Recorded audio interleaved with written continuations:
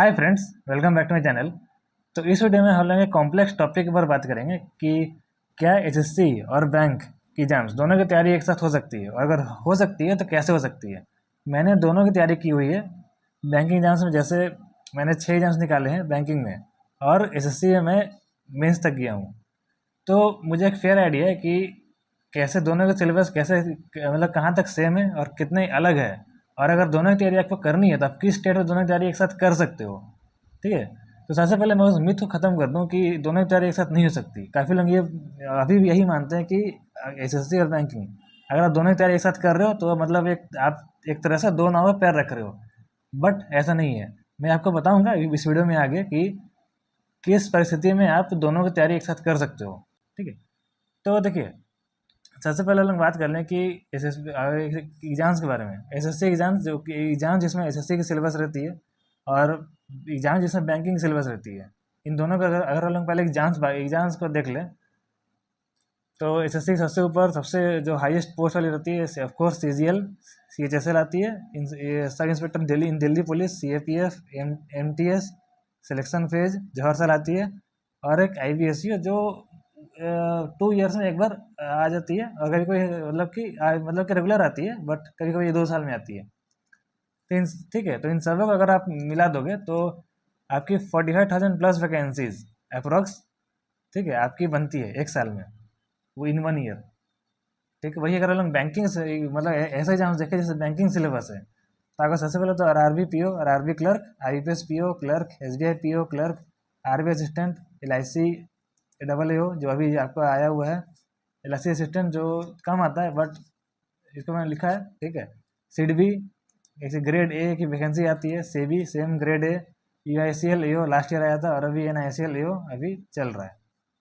तो आप देख सकते हो कि दोनों का एनालाइज में कि यहाँ पे आपकी एग्जाम ज़्यादा है। ठीक है, एग्जाम ज़्यादा है कंपेरेटिवली टू एसएससी, मतलब नंबर ऑफ एग्जाम्स आपको ज़्यादा है। वैकेंसी वैसे आप अगर देखोगे तो कंबाइंड ज़्यादा अंतर नहीं है। ठीक है, 50,000 प्लस वैकेंसी यहाँ आती है, क्योंकि इन रेगुलेटरी बॉडीज़ के जो ये एग्जाम्स है उसमें ज़्यादा वैकेंसीज नहीं आती, 500 1,000 तक मैक्सिमम जाती है, इसलिए थोड़ी सी वैकेंसीज कम मतलब। लेकिन जो मेन वैकेंसीज है वो इन 6 एग्जाम्स में आती है। इन 6 एग्जाम्स मिला के आपकी 35,000 प्लस वैकेंसी इजीली आ जाती है इन 6 एग्जाम्स में। बाकी मिला के 57 प्लस वैकेंसीज आती है। तो आप देखो, अगर दोनों का अगर आप तैयारी कर सकते हो तो आपके पास टोटल ऑलमोस्ट साल में वन वन लैक्स वैकेंसीज के मतलब अपॉर्चुनिटी है। 1 लाख आपके पास वैकेंसीज अवेलेबल है, तो अगर दोनों का आप कंबाइन कर दोगे तो। अब हम लोग बात करते हैं कि कैसे ये दोनों डिफरेंट है और कहाँ तक सेम है। पहले ये, क्योंकि ये एनालाइज करना बहुत ज़्यादा इंपॉर्टेंट है। तो ये मैंने यहाँ पे नोट डाउन किया हुआ है, एसएससी और बैंकिंग। ठीक है, जो मेन जो पैटर्न रहता है एसएससी में वो ये 4 सब्जेक्ट आते हैं, बैंकिंग में ये 4 सब्जेक्ट आते हैं। तो एसएससी में पहला जो आता है आपका जनरल मेंटल एबिलिटी। ठीक है, काफ़ी लोग उसको मतलब रीजनिंग बोलते हैं, लेकिन ये एसएससी में रीजनिंग कम आती है, आपकी मेंटल एबिलिटी ज़्यादा आती है। इसमें आपको क्या क्या जैसे वाटर इमेज, मिरर इमेज, ठीक है, मिरर ये फिर आपका ये पैटर्न आएगा, वर्ड पैटर्न, मिसिंग नंबर। ठीक है, फिर पजल्स वगैरह भी, सेटिंग अरेंजमेंट भी आती है, बट एक दो क्वेश्चन आती है। इनक्वालिटीज वगैरह भी आती है, एक दो क्वेश्चन आती है। मतलब इसमें है कि आपका जैसे अगर 25 क्वेश्चन आ रहे हैं तो आपका 25 क्वेश्चन में आपका 15 टॉपिक से क्वेश्चन आएंगे, 15 टॉपिक से। ऐसा मतलब एक टॉपिक से आपका 2 से 3 क्वेश्चन ज़्यादा आता ही नहीं है एसएससी में। और रीजनिंग की जो लेवल होती है वो काफ़ी ज़्यादा ईजी रहती है। अगर अगर आपने थोड़ा सा भी एसएससी की प्रिपरेशन किया हुआ है, जो कैंडिडेट ने किया होगा वो समझ पा रहे होंगे कि रीजनिंग काफ़ी ईजी रहती है। और ऑफकोर्स इसमें नंबर भी काफ़ी उठते हैं। अगर आप एसएससी में जैसे 22 भी लाते हो 25 में, तब जाके परसेंटाइल 80s में ही रहती है, क्योंकि एसएससी में रीजनिंग में काफ़ी लोग 24 25 इजीली स्कोर कर लेते हैं। वहीं बैंकिंग में अगर आप रीजनिंग देखोगे तो एक प्रॉपर रीजनिंग आती है आपकी, क्योंकि पजल्स आएगी। जैसे अगर आपका 35 नंबर का प्री में अगर रहता है, ताकि पजल्स और सेटिंग अरेंजमेंट मिला के अकेले 15 नंबर आ जाते हैं। प्लस आपका मिसलेनियस जो सिलोगिज्म, इनक्वालिटीज, कोडिंग डिकोडिंग, ये सब मतलब काफ़ी कुछ ये सब इसमें भी है एसएससी में। बस इसमें है कि 1 से 2 क्वेश्चन आता है उसमें, और इसमें आपका सिलोगिज्म से 3 से 4, कोडिंग डिकोडिंग से भी आपका 5 क्वेश्चन आ जाएगा। ऐसा मतलब बंच में आते हैं। तो आपको मतलब अगर 35 क्वेश्चन है तो आप 35 क्वेश्चन मतलब 8 से 10 टॉपिक से ही आ जाते हैं 35 क्वेश्चन। यहाँ पे 25 क्वेश्चन से 15 टॉपिक हो जाते हैं। ठीक है, तो ओवरऑल अगर रीजनिंग कंपेयर करो तो reasoning banking reasoning proper reasoning रहती है, तो वो आप थोड़ा सा कॉन्सेप्ट चाहिए रीजनिंग के लिए। इसमें आपको मतलब कि आपको मेंटल एप्टीट्यूड ज़्यादा होता है। ठीक है, तो बैंक रीजनिंग थोड़ी टफ रहती है ऑफकोर्स। और सेकंड आते हैं मैथ्स, जो कि इसमें मैथ्स होता है जिसमें एडवांस मैथ भी शामिल होता है। ठीक है, तो एस की जो मैथ रहती है वो थोड़ी सी मैं कहूँगा कि टफ रहती है बैंक से। मतलब ये नहीं कहूँगा कि जैसे बैंकिंग बैंकिंग जो कॉन्सेप्ट है वो थोड़ी सी कैलकुलेटिव रहती है। कैलकुलेटिव मतलब कि अगर आपने कॉन्सेप्ट समझ लिया है तो आप बैंकिंग की मैथ को सॉल्व कर सकते हो, लेकिन उसमें भी आप अगर आपका स्पीड स्लो है तो आप उसमें पीछे पीछे रह जाओगे। लेकिन अगर आपका एसएससी में कॉन्सेप्ट क्लियर है, तो मैं बता रहा हूँ कि एसएससी में ऐसे ऐसे ऐसे मैथ से कॉन्सेप्ट हैं, काफ़ी लोग जो प्रिपरेशन किए होंगे वो समझ सकते हैं कि आपका आप सिर्फ कॉन्सेप्ट बेस्ड आते हैं। मतलब कि आपका जैसे कुछ सर्कल क्वेश्चन है कि जैसे जैसे सेमी सर्कल में आपको पता है सेमी सर्कल में 90 डिग्री 190 डिग्री है, तो मतलब ऐसा इससे रिलेटेड काफ़ी इससे रिलेटेड क्वेश्चन आएगा तो आपको इजीली आप निकाल सकते हो। तो मतलब ये मतलब कि अगर पैटर्न बेस बताता है, अगर आपका कॉन्सेप्ट आपका क्लियर है तो उस डायरेक्ट कॉन्सेप्ट से क्वेश्चन आएंगे। तो अगर आपको मतलब कि आपको इसमें कॉन्सेप्ट ज़्यादा चाहिए,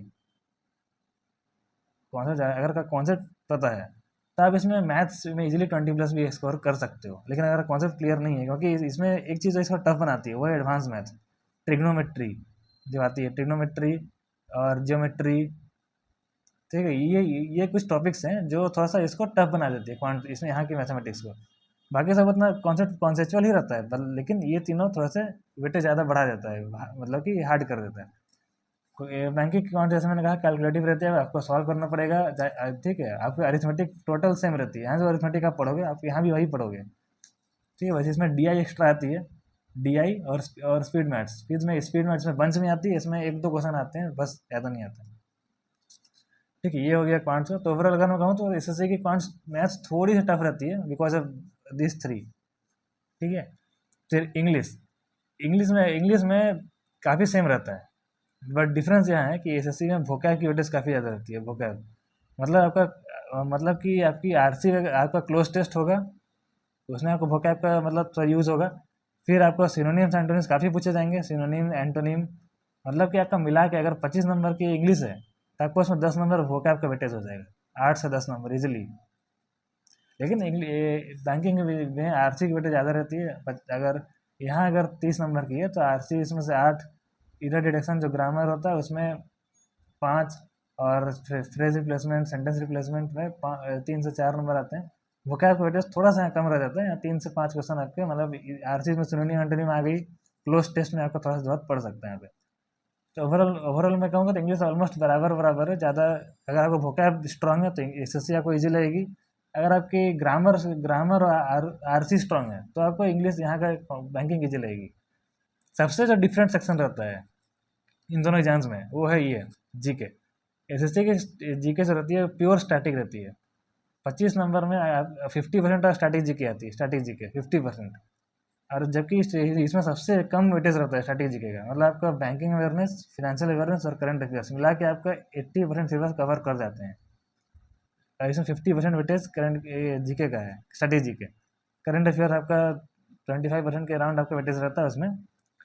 ठीक है, तो अगर आपने स्ट्रैटेजी ज़्यादा आपका पकड़ है, आपको इंटरेस्टिंग लगता है तो आपके लिए आपको जी यहाँ की जीके ईजी लगेगी थोड़ी सी।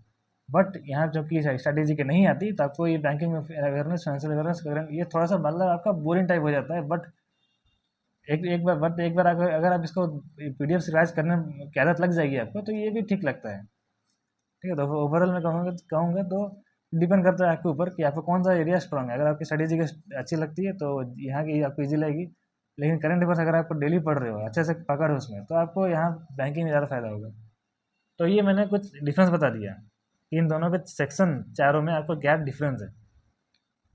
अब बैंकिंग की स्टडीज में मैंने ऑलमोस्ट इस टाइम में आपको सारी मिलेगी आपको। आरआरबी पीओ, आरआरबी पीओ और क्लर्क, आईबीपीएस पीओ जब भी होने वाला है, एसबीआई पीओ तो हो चुका है, एसबीआई क्लर्क की भी स्टडीज ऑलमोस्ट सभी मिलेगी।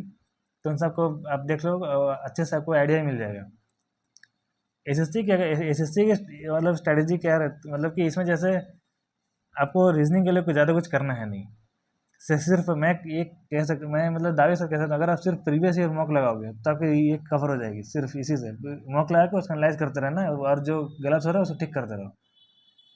इंग्लिश वोकैब पे आप काम करते रहो, वोकैब में वर्ड पावर में डीजी की बुक यहाँ बहुत इंपॉर्टेंट है एसएससी के लिए। अगर आप इसको अच्छे से काम कर लोगे तो यहाँ तो फ़ायदा होगा ही, यहाँ बहुत ज़्यादा फ़ायदा होगा, तो आपको दोनों फ़ायदा होगा एक तरह से। ठीक है, तो सिर्फ एसएससी की मॉक लगाने से आपको रीजनिंग कवर हो जाएगा, इंग्लिश आपकी वोकैब की वेटेज बढ़ाने से हो जाएगा, बाकी क्लोज टेस्ट यहाँ भी आता है तो आपको पता ही होगा, आरसी यहाँ भी आती है, ग्रामर तो यहाँ भी आता है, तो आपको ज़्यादा डिफरेंस नहीं है। ठीक है, यहाँ पे एक्टिव पैसिव वॉइस भी आते हैं काफ़ी, तो 2-3 क्वेश्चन आ जाते हैं। ठीक है, तो इसमें ज़्यादा ज़्यादा आपको मेहनत नहीं करना पड़ेगा। दो सेक्शन जो है जीके और मैथ, ये जो है डिफरेंट हो जाता है। जीके में आपको स्ट्रेटेजी के ज़्यादा कवर करनी पड़ेगी, और मैथ्स में आपका एडवांस मैथ्स आपको करना पड़ेगा, और कॉन्सेप्ट आपको सीखना पड़ेगा। मतलब एसएससी के जो मैथ्स है वो 20 प्लस क्वेश्चन आप चाहो तो 15 मिनट में ही निपटा सकते हो, बट वही क्वांट्स में पीओ लेवल का पेपर में आपको थोड़ा टफ लगेगा, 20 क्वेश्चन काफ़ी टफ लगेगा, 20 क्वेश्चन करना 15 मिनट में, इनफैक्ट 35 मिनट में ही किसी किसी के 20 क्वेश्चन बन पाते हैं। ये थी मतलब मेरे अकॉर्डिंग। अब मैं क्या, जैसे कि अगर अब मैं बताता हूँ कि आपको किन सिनेरियो में आपको दोनों की प्रिपरेशन करनी चाहिए। ठीक है, जैसे कि अगर आप बिगिनर हो, सबसे पहले आप दोनों की एक मॉक ला के देखो। बैंकिंग की तो अगर आप मेरे चैनल फॉलो कर रहे हो तो बैंकिंग की तो आपकी फेयर नॉलेज हो गई, बेसिक आपका क्लियर हो गई, बिगिनर मतलब आप जीरो नहीं होगे। ठीक है, तो बैंकिंग का आपको आइडिया होगा, एसएससी का आप एक सीजीएल की आप एक दो मॉक लगा उसको उसकी भी आपकी आइडिया हो जाएगी। ठीक है, आप आइडेंटिफाई करना, अगर आपको लगे कि एसएससी दोनों मतलब बैंकिंग में रिलायक है तो बैंकिंग ही करो, एसएससी में रिलायक है एसएससी ही करो। लेकिन जैसे काफ़ी जैसे मेरे जैसे बच्चे जो जैसे स्टार्टिंग एसएससी से किया है, लेकिन स्टार्टिंग बैंक से किया है, लेकिन अभी स्विच कर गए हैं, या तो यहाँ से यहाँ या फिर यहाँ से यहाँ, तो वो लोग क्या करते हैं कि दोनों से, क्योंकि अगर आप एक मतलब क्या होता है ना कि ये एक सबसे मेन टिप मैं आपको बताऊं कि जैसे एक अगर आपका फील्ड में अच्छा होने लगता है ना, तो आप कॉन्फिडेंस आपका बढ़ जाता है, और फिर जब वही फील्ड में वापस आते हो तो आपको लगता है कि हाँ यहाँ भी मैं इसको मास्टर कर सकता हूँ, जैसे मेरे साथ हुआ है। तो ऑल इन ऑल, अगर आपको थोड़ा सा पहले से प्रैक्टिस है किसी मतलब दोनों फील्ड्स का, तो आप इजीली कोई एक फील्ड में अगर आप मास्टर करके कॉन्फिडेंस गेन कर सकते हो, तो वो कॉन्फिडेंस आपको यहाँ भी काम आएगा। ठीक है, तो आई थिंक इस जो वीडियो का जो मोटिव था वो आप क्लियर हुआ होगा कि कैसे आप दोनों की प्रिपरेशन कर सकते हो, और और अगर नहीं करना है कोई बात नहीं, आप कैसे आपको अपने लिए आप एग्जाम चूज कर सकते हो, या आपको एसएससी की एग्जाम देनी है या बैंकिंग एग्जाम देनी है, तो बाय।